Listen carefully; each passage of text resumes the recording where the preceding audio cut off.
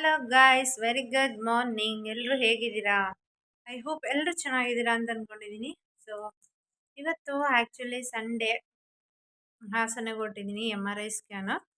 So ಯಾಕೆ ಏನೋ ಹಾಕಿಲ್ಲ ಅಂತ ಅನ್ಕೋಬೋದು. ಸ್ಕ್ಯಾನಿಂಗಲ್ಲಿ ಆ್ಯಕ್ಚುಲಿ ಏನೋ ಹಾಕಂಗಿಲ್ಲ, ಅಲ್ಲಿ ಬಿಚ್ಚಿಸ್ತಾರೆ. ಸೊ ಅಲ್ಲಿ ಏನು ಬಿಚ್ಚೋದು ಅಂತ ಹೇಳಿ ಇಲ್ಲೇ ಎಲ್ಲ ಬಿಚ್ಚಿಟ್ಟು ಹೋಗ್ತಾ ಇದ್ದೀನಿ. ನಿನ್ನೆ ಆ್ಯಕ್ಚುಲಿ ನಾನು ಅರಸೀಕೆರೆಗೆ ಹೋಗ್ತಿದ್ದೀನಿ ಅಂತ ಹೇಳಿದೆ. ಅರಸೀಕೆರೆಯಲ್ಲಿ ಆ್ಯಕ್ಚುಲಿ ಹೋಗಿದ್ದು ನಾನು ಜೇನ್ಕಲ್ ಹಾಸ್ಪಿಟಲ್ಲು. ಜೇನ್ಕಲ್ ಹಾಸ್ಪಿಟಲ್ ಹತ್ರ ಅಲ್ಲಿ ಯೋಗೇಶ್ ಅಂತ ಡಾಕ್ಟರ್ ಇದ್ದಾರೆ, ಅವ್ರ ಹತ್ರ ಹೋಗಿದ್ದೆ. ಈಗ MRI ಹಾಕಿದ್ದಾರೆ, ಇನ್ನೂ ಸ್ವಲ್ಪ ಬ್ಯಾಡ್ ಕಂಡೀಷನಲ್ಲಿ ಇದೆ ಅಂತ. ಸೊ ನನಗೊಂದು ಸ್ವಲ್ಪ ಬೆಟರು ಅಂತ ಅನ್ನಿಸ್ತು. ಬಟ್ ಅವ್ರಿಗೇನೋ ಪಸ್ಸಾಗಿರೋದೆಲ್ಲ ಜಾಸ್ತಿ ಆಗಿದೆ ಅಂತ ಹೇಳ್ತಾ ಇದ್ದಾರೆ. ಹಾಗಾಗಿ ಸ್ಕ್ಯಾನಿಂಗ್ ಬರೆದಿದ್ದಾರೆ. ಸೊ ಹೋಗ್ಬಿಟ್ಟು ಸ್ಕ್ಯಾನ್ ಮಾಡಿಸ್ಕೊಂಬರ್ಬೇಕು. ಇನ್ನು ನೇಮಿಂಗ್ ಬೋರ್ಡ್ನ ಆ್ಯಕ್ಚುಲಿ ಲೋಕಿ ಮನೆ ಹತ್ರ ಕೊಡೋಕೆ ಹೋಗಿದ್ದಾನೆ. ಮನೆ ಹತ್ರ ಹೋಗಿ ಕೊಟ್ಟು ಏನೇನಿದೆ ನೋಡ್ಕೊಂಬರ್ತೀನಿ. ಇನ್ನು ರಿದೀಕ್ಷಾ ಎಲ್ಲೇ ಇರ್ತಾಳೆ, ಎಕ್ಸಾಮ್ಸ್ ನಡೀತಾಯಿದೆ. ಎಕ್ಸಾಮ್ಸ್ಗೆ ಹೋದು ಅಂದರೆ ನೋಡಿ ಏನು ಮಾಡ್ತಿದ್ದಾಳೆ, ಒಂದು ತಿಂಡಿ ಡಬ್ಬ ಇಟ್ಕೊಂಡು ಚಾಕ್ಲೇಟ್ ತಿನ್ಕೊಂಡು ಕೂತಿದ್ದಾಳೆ. ಬರೋಷ್ಟರಲ್ಲಿ ಮುಗಿಸಿರ್ಬೇಕು, ಅರ್ಥ ಆಯ್ತಾ? ಏನೋ ಅದೆಲ್ಲ ಎತ್ತಿಡು, ಅಜ್ಜಿ ಬೈಯುತ್ತೆ. ಮತ್ತು ಅಜ್ಜಿ ಕೆಲಸ ಕೊಡ್ಬೇಡ ನೀನು. ಏನೋ ಮುಗಿಸಿರ್ತೀಯಾ? ಬಾಯ್ಬಿಟ್ಟು ಹೇಳ್ಬೇಕು. ಅದು ಓದ್ಕೊಂಡು ಕ್ವಶನ್ ಹಾಕ್ಕೊಂಡು ಬರ್ದು ಎತ್ತಿಟ್ಟಿರು, ಅರ್ಥ ಆಯ್ತಾ? ಸರಿ, ಬಾಯ್. ಈಗ ರಿತಿಕ್ಷನ್ನ ಬಿಟ್ಟು ಹೋಗಬೇಕು. ಲೋಕಿ ಆ್ಯಕ್ಚುಲಿ ಋತ್ವಿಕ್ನ ಅಮ್ಮನ ಹತ್ರ ಕೊಡೋಕೆ ಹೋಗಿದ್ದಾನೆ. ಮನೆ ಹತ್ರ ಹೋಗಿ ಕೊಟ್ಟು ಬಂದಮೇಲೆ ಈಗ ಅಲ್ಲಿ ಹೋಗ್ತೀನಿ. ಬನ್ನಿ ಹೋಗೋಣ, ಹಾಸನ್ಗೆ ಹೋಗಿ ಯಾವ ಹಾಸ್ಪಿಟಲ್ ಅಂತ ತೋರಿಸ್ತೀನಿ. ಚಿನ್ನು ಬಾಯ್, ಹುಷಾರು. ನೇನು ಹೋಗೋಕೆ ಮುಂಚೆ ಮನೆ ಹತ್ರ ನೇಮಿಂಗ್ ಬೋರ್ಡ್ ಇತ್ತಲ್ಲ, ಅದೆಲ್ಲ ಕೊಟ್ಟು ಬರೋಣ ಅಂತ ಹೇಳಿ ಮನೆ ಹತ್ರ ಹೊರಟ್ವಿ. ಸೊ ಈಗ ಮನೆ ಹತ್ರ ನೋಡಿ ಕೆಲಸ ಇನ್ನೇನು ಮುಗಿತಾ ಬಂದಿದೆ. ಇದು ಕೆಳಗಡೆ ಒಂಚೂರು ಮಾಡಿದ್ರೆ ಮುಗೀತು. ಸೊ ಸದ್ಯಕ್ಕೆ ಈ ಹಂತಕ್ಕೆ ಬಂದಿದೆ ನಮ್ಮ ಮನೆ. ಇನ್ನು ಲಾಸ್ಟ್ ಫೈನಲ್ ಗ್ರೌಂಡ್ ಫ್ಲೋರ್ದು ಪ್ಲಾಸ್ಟಿಂಗ್ ಮಾಡಿಬಿಟ್ರೆ ಮುಗಿಯುತ್ತೆ. ಅಲ್ಲಿ ಆ್ಯಕ್ಚುಲಿ ಸೆಂಟ್ರಲ್ಲಿ ಗಣೇಶ ಮಾಡಬೇಕು ಅಂತ ಅಂದ್ಕೊಂಡಿದ್ದೀನಿ. ನೋಡೋಣ ಅದು ಬಂದಮೇಲೆ ಯಾವ ರೀತಿ ಕಾಣಿಸುತ್ತೆ ಅಂತ. ಈಗ ಬಂದವ್ರಿಗೆ ಟೀ ಎಲ್ಲ ಕೊಟ್ಟು ಇನ್ನೇನು ಹಾಸನಿಗೆ ನಾವು ಕೂಡ ಹೊರಡಬೇಕು. ಸೊ ಮಕ್ಕಳೆಲ್ಲ ಬೇಡ ಅಂಥೇಳಿ ಅಲ್ಲೇ ಅಮ್ಮನ ಹತ್ರ ಬಿಟ್ಟು ಹೋಗ್ತಾಯಿದ್ದೀವಿ.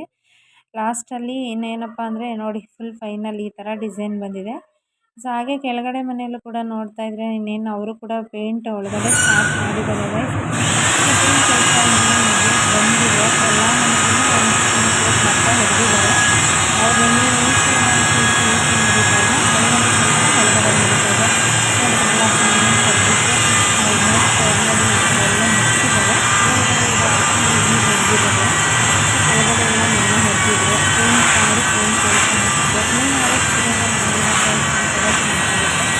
ಅಷ್ಟರಲ್ಲಿ ನಾನು ಬೇಗ ಕ್ಲಿಯರಾದರೆ ಸಾಕು ಅನ್ನೋಷ್ಟು ಮಾಡಿದೆ. ಯಾಕೆಂತ ಹೇಳಿದ್ರೆ ಎಲ್ಲರೂ ಈಗ ಏನು ಮಾಡೋಕ್ಕೂ ನೋಡಿಲ್ಲ ಅನ್ನೋಷ್ಟು ಬೇಜಾರಲ್ಲಿದ್ದಾರೆ. ಇನ್ನೇನು ಆಫೀಸ್ ಮಾಡ್ತಿದ್ರು. ಸೊ ನಾವು ಹಾಸನ ಕಡೆ ಹೊರಟಿದ್ದೀವಿ. ಹಾಸನಲ್ಲಿ ಏನೇನಾಗುತ್ತೆ ಹಿಂಗೆ ಹೋಗಿದ್ವಿ ಇದೆಲ್ಲ ಬ್ಲಾಗಲ್ಲಿ ನಿಮಗೆ ಶೇರ್ ಮಾಡ್ತೀನಿ. ನೋಡಿ ಬಸ್ಸಿನಲ್ಲಿ ಏಷ್ಯನ್ ನಾನು ಆಲ್ರೆಡಿ ಹೇಳಿದ್ದೀನಿ. ನಾನು ಕೂಡ ಮನೆಗೆ ಬಂದು ಕಂಟಿನ್ಯೂ ಮಾಡ್ತೀನಿ ಗೈಸ್. ಹಲೋ ಗೈಸ್, ಇದು ಆ್ಯಕ್ಚುಲಿ ನಿನ್ನೆದೇ ಕಂಟಿನ್ಯೂಷನ್ ಬ್ಲಾಗ್ ಆಗಿರುತ್ತೆ. ನಿನ್ನೆ ಆ್ಯಕ್ಚುಲಿ ಹಾಸ್ಪಿಟ್ಲಿಗೆ ಹೋಗಿರೋದು ಮತ್ತು ಹಾಸ್ಪಿಟ್ಲಲ್ಲಿ ಏನು ನಡೀತು ಅನ್ನೋದು ಶೇರ್ ಮಾಡ್ಕೊಂಡಿಲ್ಲ. ಸೊ ಇವತ್ತು ಶೇರ್ ಮಾಡ್ಕೊತಾ ಇದ್ದೀನಿ. ಯಾಕಪ್ಪ ನಿನ್ನೆ ಶೇರ್ ಮಾಡಲಿಲ್ಲ ಅಂದರೆ ತುಂಬ ಡಿಸಪಾಯಿಂಟ್ ಆಯಿತು ನಿನ್ನೆ ಅಂತೂ ನನಗೆ. ಯಾಕೆ ಅಂತ ಹೇಳಿದ್ರೆ ನಿನ್ನೆ ಆ್ಯಕ್ಚುಲಿ MRI ಸ್ಕ್ಯಾನಿಗೆ ಬರ್ಕೊಟ್ಟಿದ್ರು. ನಾವು ಹೋಗಿದ್ದು ಹಾಸನಲ್ಲಿ ಸ್ಪರ್ಶ ಹಾಸ್ಪಿಟಲಲ್ಲಿ MRI ಸ್ಕ್ಯಾನ್ ಮಾಡಿಸಿದ್ದು. ಸ್ಕ್ಯಾನಿಂಗಲ್ಲಿ ಆ್ಯಕ್ಚುಲಿ ಬೋನ್ಸ್ ಎಲ್ಲ ಸ್ವಲ್ಪ ಗ್ಯಾಪ್ ಇರೋದನ್ನು ಈ ಥರ ಪಸ್ಸಾಗಿದೆ ಅಂತ ಹೇಳಿದ್ರು. ಅಂದರೆ ಏನಪ್ಪ ಅಂದರೆ, ಸೊ ಒಂದು ಬೋನ್ಸ್ ಹಿಂಗಿದ್ರೆ ಇನ್ನೊಂದು ಬೋನ್ಸ್ ಹಿಂಗಿರುತ್ತೆ, ಥರ್ಡ್ ಬೋನ್ಸ್ ಹಿಂಗಿರುತ್ತೆ, ಈ ಥರ ಗ್ಯಾಪ್ ಇರುತ್ತೆ. ಸೊ ಅದರಲ್ಲಿ ಬೋನ್ಸ್ ಬಂದು ಹಿಂಗೆ ಜಾಯಿಂಟ್ ಆಗಿಬಿಟ್ಟಿದೆ ಅಂತ ಹೇಳಿದ್ರು. ಅದು ಹೇಳಿರೋದು ಏನೋ ಆಗಲ್ವೇನೋ, ನಾನು ನಾರ್ಮಲಾಗಿ ಇದ್ದೀನಲ್ಲ ಅಂತ ನಾನು ಅಂದ್ಕೊಂಡೆ. ಬಟ್ ಅವರು ರಿಪೋರ್ಟ್ ನೋಡಾದ್ಮೇಲೆ ಹೇಳಿದ್ರು ಇಲ್ಲ, ಆಪ್ರೇಷನ್ ಮಾಡಲೇಬೇಕು ಅಂತ. ತುಂಬ ಅಂದರೆ ತುಂಬ ಬೇಜಾರಾಗ್ತಿದೆ ನನಗಂತೂ. ಒಂದು ಕಡೆ ಅಳುನೂ ಬರ್ತಾ ಇದೆ. ಯಾಕಪ್ಪ ಇದು ಇಷ್ಟೊಂದು ಕಷ್ಟ ಅನ್ನೋ ಥರನೂ ಆಗ್ಬಿಟ್ಟಿದೆ. ನಾನು ಎಕ್ಸ್ಪೆಕ್ಟೇ ಮಾಡಿರಲಿಲ್ಲ ಆ್ಯಕ್ಚುಲಿ ಈ ಥರ ಮಾಡ್ತಾರೆ ಅಂತ ಹೇಳಿ. ಇವಾಗ ಮತ್ತೆ ಹಾಸನಿಗೆ ಹೊರಟಿದ್ದೀನಿ, ಮತ್ತೆ ಡಾಕ್ಟ್ರು ಬರೋಕ್ಕೆ ಹೇಳಿದ್ದಾರೆ ಅಂತ. ನೋಡಬೇಕು ಯಾವಾಗ ಆಪ್ರೇಷನ್ ಮಾಡ್ತಾರೆ ಏನು ಅಂತ ಹೇಳಿ ಗೊತ್ತಿಲ್ಲ. ಅದ್ರ ಬಗ್ಗೆ ಮಾತಾಡೋಕೆ ಹೋದ್ರೇ ನನಗೆ ಅಳು ಜಾಸ್ತಿ ಬಂದ್ಬಿಡುತ್ತೆ. ಚೆನ್ನಾಗೇ ಇದ್ದೀನಿ ಅಂತ ನನಗೆ ಅನ್ನಿಸ್ತಾ ಇದೆ. ಬಟ್ ಒಳಗಡೆ ಆಗಿರೋದು ನನಗಂತೂ ಗೊತ್ತಾಗ್ತಾ ಇಲ್ಲ. ನೋಡಬೇಕು, ದೇವ್ರ ದಯೆಯಿಂದ ಬೇಡ ಅಂತ ಹೇಳಿದರೆ ಸಾಕು ಅನ್ನೋಷ್ಟು ಪ್ರೇ ಮಾಡ್ತಾ ಇದ್ದೀನಿ ನಾನಂತೂ. ಗೊತ್ತಿಲ್ಲ ಏನಾಗುತ್ತೆ ಅಂತ. ಸೊ ಹಾಗಾಗಿ ನಿನ್ನೆ ಹೋಗಿರೋದನ್ನ ನಾನು ರಿಪೋರ್ಟಲ್ಲಿ ತೋರ್ಸೋದನ್ನ ತೋರ್ಸೋಕ್ಕೂ ನನಗೆ ಬೇಜಾರಾಗ್ತೈತೆ. ಸೊ ಹಾಗಾಗಿ ಏನು ಮಾಡಲಿಲ್ಲ ಅಷ್ಟೇ. ಸೊ ಬನ್ನಿ ಸ್ಕ್ಯಾನಲ್ಲಿ ಏನು ಬಂದಿದೆ ಅಂತ ನಿಮಗೆ ಡೀಟೇಲಾಗಿ ತೋರಿಸ್ತೀನಿ ಈಗ. ನೋಡಿ, ಇದೇ ಆ್ಯಕ್ಚುಲಿ ನಾ ಹೋಗಿದ್ದು ನಿನ್ನೆ ಹಾಸ್ಪಿಟಲ್, ಸ್ಪರ್ಶ ಹಾಸ್ಪಿಟಲ್ ಅಂತ. ಅದಕ್ಕೂ ಮುಂಚೆ ನಾನು ಹೇಳ್ದಂಗೆ ನೋಡಿ, ಇದು ಜನಪ್ರಿಯ ಹಾಸ್ಪಿಟಲ್ಗೆ ಹೋಗಿದ್ದು. ಎಷ್ಟು ಸ್ಕ್ಯಾನ್ ಮಾಡಿಸಿದ್ದೀನಿ ಅಂತ ಹೇಳಿದ್ರೆ, ಇದು ಸಿ ಟಿ ಸ್ಕ್ಯಾನ್ ಮಾಡಿಸಿದ್ದು ಫಸ್ಟು. ಆಮೇಲೆ ಮತ್ತೆ ನೋಡಿ, ಮತ್ತೆ ಬೇರೆ ಹಾಸ್ಪಿಟಲಲ್ಲಿ ಸಿ ಟಿ ಸ್ಕ್ಯಾನು. ಒಂದು ನಿಮಿಷ, ಯಾವುದೋ ಕಾಲ್ ಬಂತು, ಹಾಗಾಗಿ ರಿಸೀವ್ ಮಾಡ್ಕೊಂಡು ಮತ್ತೆ ಸ್ಟಾರ್ಟ್ ಮಾಡ್ತಾ ಇದ್ದೀನಿ. ಸೊ ಫಸ್ಟು ಈ ಸಿಟಿ ಸೆಂಟರ್ ಸ್ಕ್ಯಾನು, ಮತ್ತು ಇಲ್ಲಿ ನೋಡಿ ಇದು MRI ಪ್ಲಸ್ ಸಿ ಟಿ. ಆಮೇಲೆ ಇಲ್ಲ ಇನ್ನು ಕನ್ಫರ್ಮೇಷನ್ ಆಗಿ ನಮಗೆ ಗೊತ್ತಾಗ್ತಾ ಇಲ್ಲ ಅಂಥೇಳಿ ಮತ್ತೆ MRI ಸ್ಕ್ಯಾನು ಸ್ಪರ್ಶ ಹಾಸ್ಪಿಟಲಲ್ಲಿ. ಒಟ್ಟು ನಾನು 3 ಸಲ ಸ್ಕ್ಯಾನ್ ಮಾಡಿಸಿದ್ದೀನಿ. ನಿನ್ನೆ ರಿಪೋರ್ಟಲ್ಲಿ ನೋಡಿ ತೋರಿಸ್ತೀನಿ. ಅದು ಆ್ಯಕ್ಚುಲಿ ಏನಾಗಿದೆ ಅಂತ ಹೇಳಿದ್ರೆ ಸ್ವಲ್ಪ ಇದಾಗಿದೆ, ಅದು ತೋರಿಸ್ತೀನಿ ನೋಡಿ. ಅವರು ನಮ್ಗೆ ಹೇಳ್ತಾ ಇರೋದು ಆ್ಯಕ್ಚುಲಿ, ಒಂದು ನಿಮಿಷ ಗೈಸ್ ತೋರಿಸ್ತೀನಿ ನಿಮಗೆ. ಇಲ್ಲಿ ಗೊತ್ತಾಗುತ್ತಾ ಇಲ್ವಾ ಗೊತ್ತಿಲ್ಲ ನನಗೆ.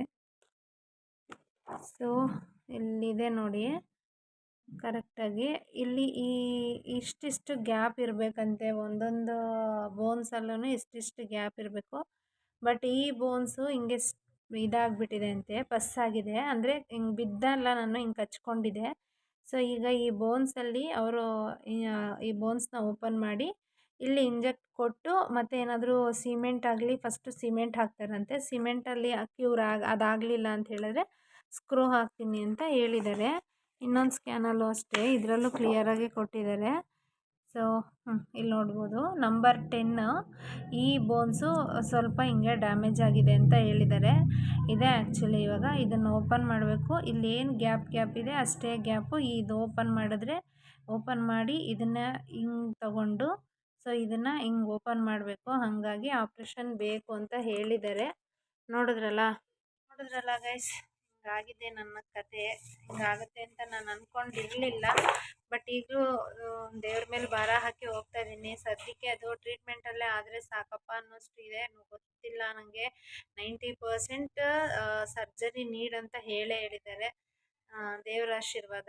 ಸೊ ಇವಾಗಲೂ ಕೂಡ ಹೋಗಬೇಕು. ಏನು ಹೇಳ್ತಾರೆ ಹೇಳ್ತೀನಿ. ಸೊ ಸದ್ಯಕ್ಕೆ ಇವತ್ತಿನ ಬ್ಲಾಗ್ ಇಲ್ಲಿಗೆ ಎಂಡ್ ಮಾಡ್ತಾ ಇದ್ದೀನಿ. ಸೊ ಏನು ಹೇಳಬೇಕು ಅಂತ ಗೊತ್ತಾಗ್ತಿಲ್ಲ. ವಿಡಿಯೋ ಇಷ್ಟ ಆಗಿದ್ರೆ ಲೈಕ್ ಮಾಡಿ, ಶೇರ್ ಮಾಡಿ, ಸಬ್ಸ್ಕ್ರೈಬ್ ಮಾಡಿ. ಇನ್ನೂ ಯಾರ್ಯಾರು ನನ್ನ ಚಾನಲ್ನ ಸಬ್ಸ್ಕ್ರೈಬ್ ಮಾಡ್ದಿರ ನೋಡ್ತಾ ಇದ್ದೀರಾ, ಸೊ ಪ್ಲೀಸ್ ದಯವಿಟ್ಟು ಸಬ್ಸ್ಕ್ರೈಬ್ ಮಾಡ್ಕೊಂಡು ನೋಡಿ ಅಂತ ಹೇಳ್ತಾ ಇವತ್ತು ಇಲ್ಲಿಗೆ ವ್ಲಾಗ್ ಎಂಡ್ ಮಾಡ್ತಾ ಇದ್ದೀನಿ ಗೈಸ್. Thank you. ಹಾಗೆ ಯಾರ್ಯಾರು ಮನೆ ಕಟ್ಟೋರು ಇದ್ದೀರಾ, ಹುಷಾರಾಗಿ ಮಾಡಿ, ಸೇಫಾಗಿ ಮಾಡಿ. ಇಲ್ಲಾಂದರೆ ನಂತರ ಪರಿಸ್ಥಿತಿ ಬರುತ್ತೆ.